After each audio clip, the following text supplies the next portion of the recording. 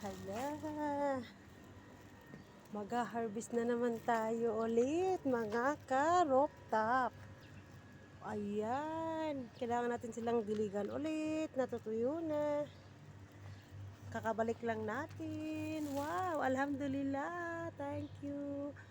Ayan, kailangan na nating harvestin yan, mga kaluds. Ayan, ito nasira na, oh.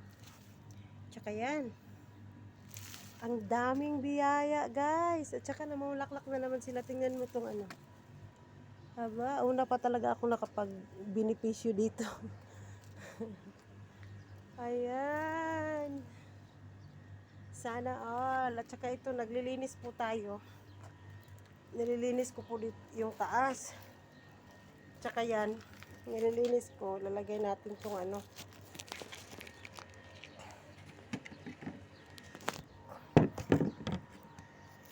Aba naman.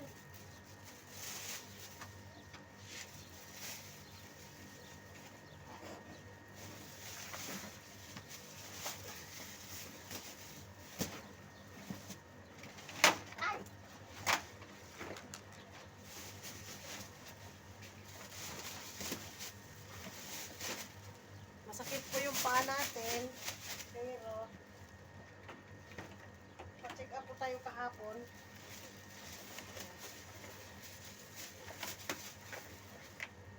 So, kahit hindi tayo inutusan, guys, kailangan natin linisin to kasi ano, para naman matuwa ang aking madam.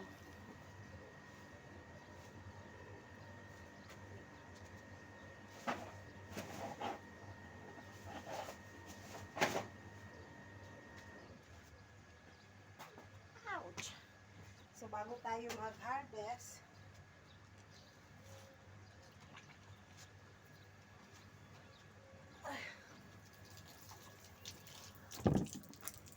mag-harvest, kailangan muna nating, naku, walang tubig na, ouch! Sakit ng paa ko, guys. Diba, walang tubig. Walang tubig, guys, ang hina. Pero kailangan ko siyang diligan. Hindi ata nakaakyat. Let's check. Kasi nilinis ko rin tong ano table na to. Wala talaga ata. Nawawala kasi ang tubig minsan. Wala talaga. Paano kita diligan ngayon?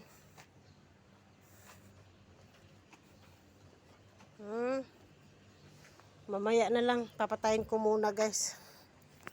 Kasi ano,